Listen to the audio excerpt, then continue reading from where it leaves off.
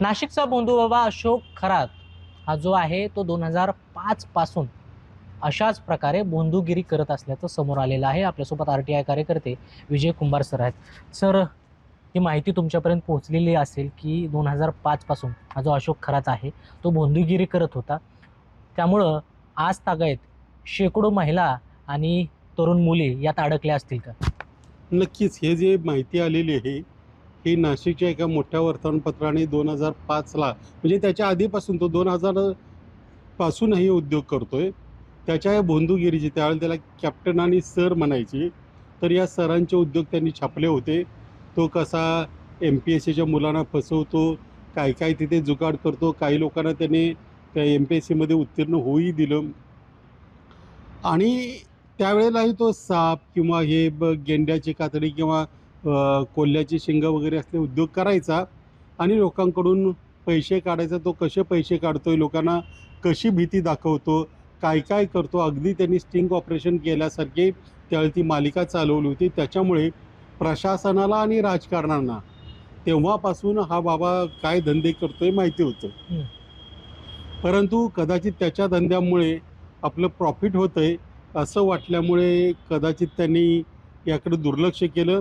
शिवाय त्याचेच काही हस्तक प्रशासनामध्येही होते, त्यांनीही दुर्लक्ष केलं आणि या बाबाचे कारनामे पुढे वाढत गेले. ते इतके वाढले की आता त्याने शेकडो महिलांचं लैंगिक शोषण केलं असंही पुढे येतंय. काही त्याच्यामध्ये अल्पवयीन मुलीही असल्याचं बोललं जातंय.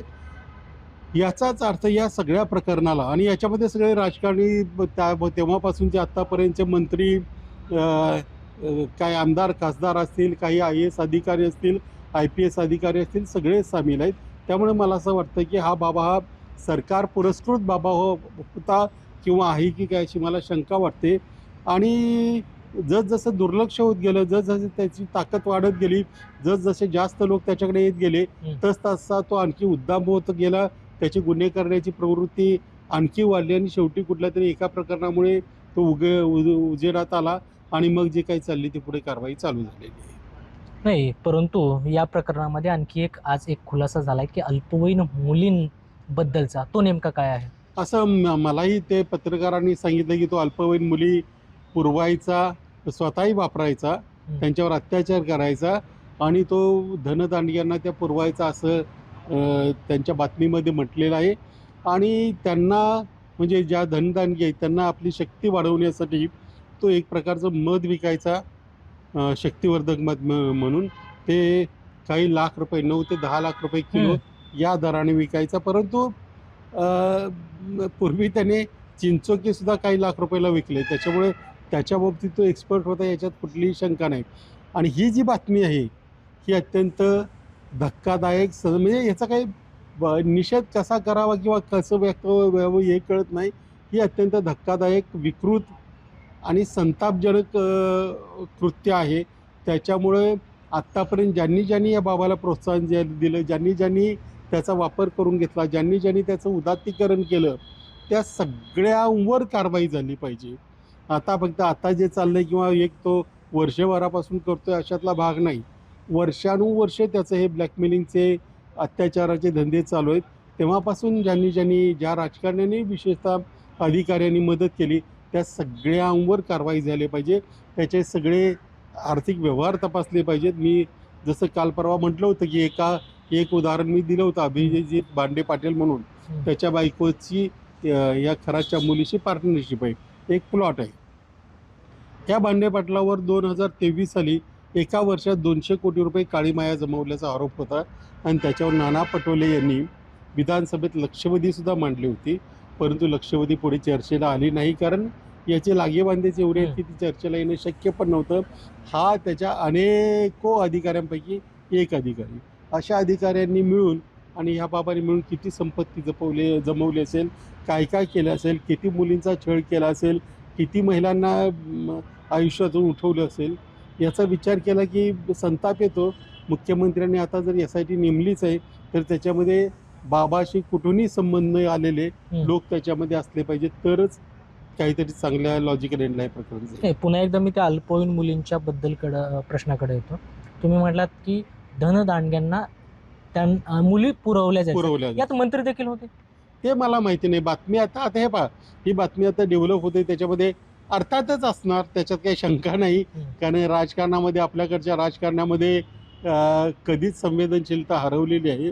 आणि ज्या पद्धतीने राजकारणी त्याच्याकडे जायचे, त्याचे वाट बघत पारगिरी शिपायासारखे बसलेले असायचे, ते बघता काहीही घडू शकतं.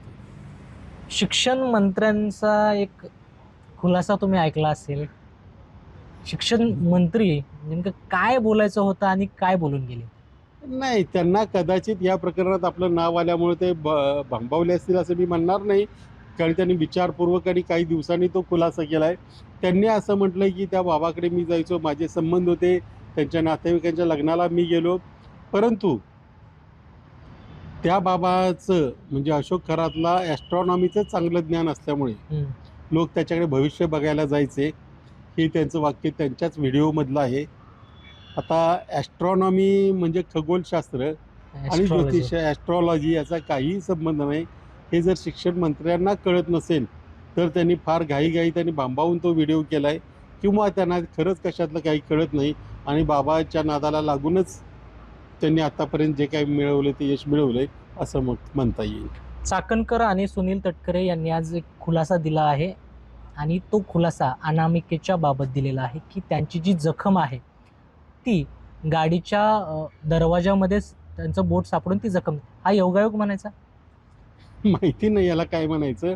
परंतु विशेषतः सुषमा अंधारेताई, रुपाली ठोंबरेताई यांनी आरोप केले होते की त्यांनी बाबाच्या नादाला, काळ्या जादूच्या नादाला लागून आपली अनामिका कापून घेतली, काय अमावस्या वगैरे जे काय असेल ते, आणि त्यांच्या हाताला पट्टी बांधल्याचे फोटो त्यांनी प्रसिद्ध केले होते. आता त्याच्यावर म्हणजे रुपाली चाकणकरांच्या समर्थकांनी खुलासा केला आहे की ताईंचं बोट म्हणजे रुपाली चाकणकरांचं बोट उतरताना गाडीच्या दरवाज्यात अडकलं. आणि आता खासदार सुनील तटकरे यांनी खुलासा केला आहे की माझंही बोट गाडीच्या दरवाज्यामध्ये अडकलं. मग ही टेलिपॅथी आहे का आणखी काय आहे माहिती नाही.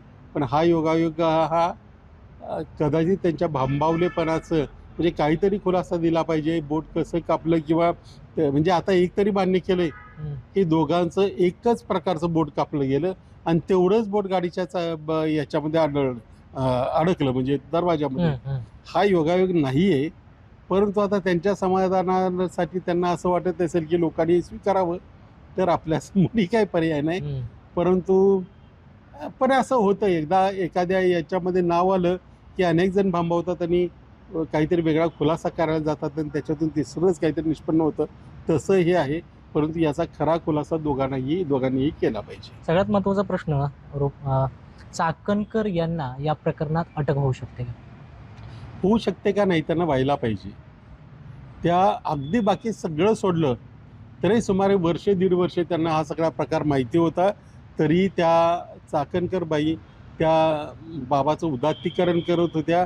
आपले त्याचे चांगले संबंध आहे, बाकीचं जुनं जाऊ दे, आपण सोडून देऊ, ते तर आहेच आहे. परंतु आत्ता माहिती असताना सुद्धा त्या बराच काळ गप्प राहिल्या. याचा अर्थ त्यांनी या बाबाच्या गुन्ह्यांना पाठीशी घालण्याचा प्रयत्न केला. किंबहुना मी तर म्हणेन की त्यांच्या या गुन्ह्यामध्ये त्या सामील होत्या असं म्हटलं तर आता वावगं ठरणार नाही. त्यामुळे त्यांना अटक ही झालीच पाहिजे, गुन्हा दाखल करून अटक केली पाहिजे. हा जो भोंदू बाबा आहे अशोक खरात, याचे जे कारनामे आहेत ते 2000 पासून सुरू आहेत. म्हणजे आत्ता 26 वर्ष झालं त्याचे हे कारनामे सुरू होते. परंतु या वर्षी हे प्रकरण समोर आलेलं आहे. परंतु 2024-25ला ही जी तक्रार आहे ती महिला आयोगाच्या माजी अध्यक्ष रुपाली चाकणकर यांच्याकडं गेलेली होती. परंतु त्यांनी याकडं दुर्लक्ष केलं, पत्रकारांना धमकावलं, त्या पीडित महिलांना धमकावलं असं आरोप आहे. त्यामुळं गेल्या 25 ते 26 वर्षापासून या भोंदू बाबांनी काय केलं असेल याचा विचार न केलेला बरा. परंतु या प्रकरणामध्ये रुपाली चाकणकर यांना अटक करण्यात यावी अशी जी मागणी आहे ती विजय कुंभार यांनी केलेली आहे. कृष्णा पांचाळ, मुंबई तक, पिंपरी चिंचवड, पुणे.